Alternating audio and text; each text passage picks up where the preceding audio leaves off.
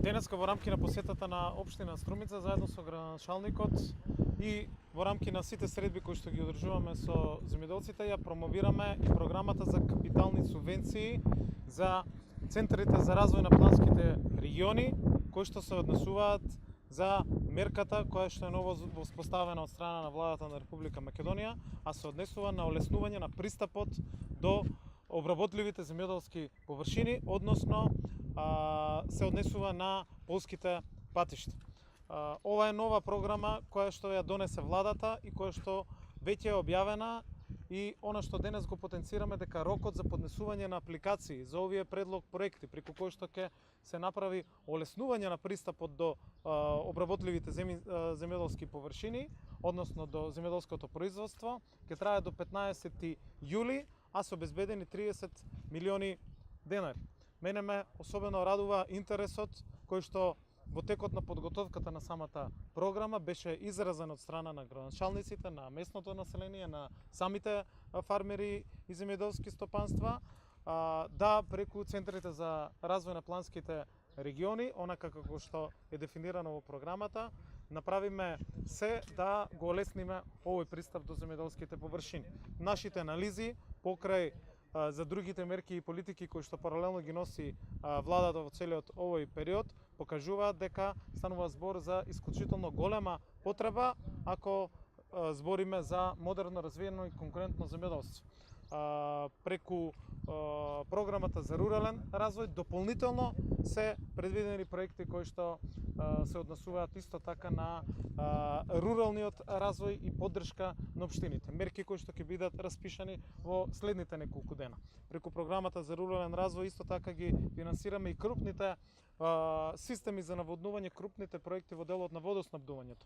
Но со овие 30 милиони денари сметаме дека како нова мерка и политика ќе дадеме значајан импулс и фокус токму на овие проблеми со кои што се соочуваат земјоделците, а тоа е пристапот до нивите, пристапот до земјоделските обработливи површини. Затоа ги повикуваме центрите за развој на плански региони да во рамки на програмата и во рамки на крајниот рок ги поднесат своите барања и своите предлог проекти и да овие средства за капитални трансфери до центрите за плански региони, а наменети за пристапните патишта во делот на земјоделството да бидат искористени. Благодарам. Колку отприлика километри би можеле да тампонираат центрите, колку е планирано да добие секој регион доколку аплицира? Значи за почеток преку оваа мерка се обезбедени 30 милиони денари. Секако дека заеднички во разговори со премиерот договоривме да оваа година веќе го скенираме интересот, односно да ги разгледаме сите предложени проекти од страна на планските региони. Ова е тековна работа и задача на планските региони, токму да ги мапираат овие предели, овие потреби на граѓаните, и верувам дека ќе ги добиеме сите потребни информации за да може и во следниот период да обезбедиме дополнителни средства. Станува збор за капитални трансфери, односно за капитални расходи од буџетот, и затоа како нова мерка најде на поддршка и од премиерот, кој што добро го познава и регионот. Овој регион посебно има потреба од ваквите средства, и сметам дека со овие први средства кои што се на располагање, кои што ќе бидат се надевам веднаш искористени, ќе овозможиме и дополнителни средства, но и ќе овозможиме да оваа мерка ја трансферираме и преку програмата за рурален развој. Сега се имплементира преку буџетот на самото министерство, но доколку ја направиме како редовна мерка и ги зголемиме средствата, сметам дека во рок од една година ние ќе излеземе во пресраз за најголем дел од овие барања кои што навистина на кои што досега не се дал фокусот. Условите се да секој плански регион може да конкурира со барање до 10 милиони денари, во рамки на кои што се предвидуваат проектите. Ние денеска ги разгледавме во кабинетот на градоначалникот и тоа ме радува што веќе имат подготвени пресметки и проекти во делот на Струмица и околните општини. Наистина сметам дека овој регион ќе ги искористи овие средства кои што се на располагање. Овие изминати денови голем дел од земјоделците се жалат на штети во посевите од временските неприлики. Дали Министерството има некаква статистика колку земјоделците ќе осигуруваат посевите? Осигурувањето е посебна тема на која што Министерството е фокусирано и ние изградивме, како што знаете, среднорочна и долгорочна стратегија во која што ќе пристапиме заеднички со земјоделците. Одржавме низа состаноци со фармерите, со земјоделците, заеднички со осигурителните компании, со Агенцијата за реосигурување. Тука вклучивме и нови инструменти од оваа година заради се помалиот број на земјоделци кои што ја користат оваа мерка. Први, ние ги разгледавме сите административни бариери со кои што земјоделците се соочуваат при ова финансирање од страна на државата со 60%. Тие се на некој начин демотивирани заради самите постапки и несигурноста и заради тоа Министерството влезе во интензивни разговори со штеделниците, со банките, со осигурителните компании во овој дел, за да ги олесниме процедурите. Тоа е една работа на која што тековно моментално работиме за да ја зголемиме поддршката, односно го зголемиме интересот на самите земјоделци за оваа работа. Второто е што владата веќе одлучи да преку користењето на реосигурителната компанија која што на регионално ниво е формирана, тоа е Европа ЕРЕ, каде што имаме основачки влог како држава.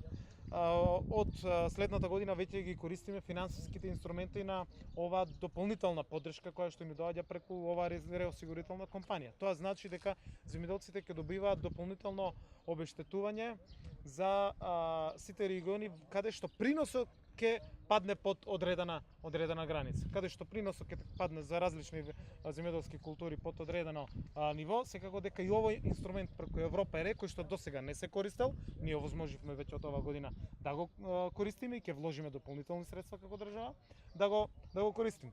Трета мерка која што правно се разгледува во Министерството е системот воведување на сосема нов автоматизиран компјутерски центар и мапирање на сите точки во државата каде што треба да инсталираме антиградобина опрема. Веќе техничката спецификација и документација е подготвена, експертски екипи од меѓународни размери направија и лоцира 181 точка каде што треба да ги имаме овие системи. Ние внимателно се движиме во тој процес. Сите прашуваат кога ќе ја вратите антиградобината опрема, не станува збор за враќање, туку за инсталирање, еве се надевам следната година на сосема нова компјутеризирана и тој процес го годиме. Паралелно, знаете дека во текот на годината инсталиравме 3 агрометеоролошки станици, тоа се Струмица, Градско и Кочани. Следната година ќе го зголемиме бројот на инсталирање на овие агрометеоролошки станици. Ја направивме, завршивме поправката на ѓуриште, радарскиот систем ѓуриште кој што преку мобилна апликација сега на сите земјоделци, заедно ѓуриште и Тополчани кои што не беа во функција, сега заеднички ќе даваат за земјоделците сосема точен преглед и ќе ја промовираме таа нова мобилна апликација за да ги имат навремено сите информации. Носиме низа на мерки и политики со кои што ќе се адаптираме на климатските промени. Тоа не може да го направиме само со осигурување, тоа не може да го направиме само со поединечни мерки, цел комплексен сет на мерки. Вчера го промовиравме предлог законот за новиот земјоделски советодавен систем за да изградиме сосема нов квалитетен земјоделски советодавен систем на база на компаративните анализи кои што ги имаме на ниво на Европска унија. Тоа ќе биде комбинација и на државен и на приватен.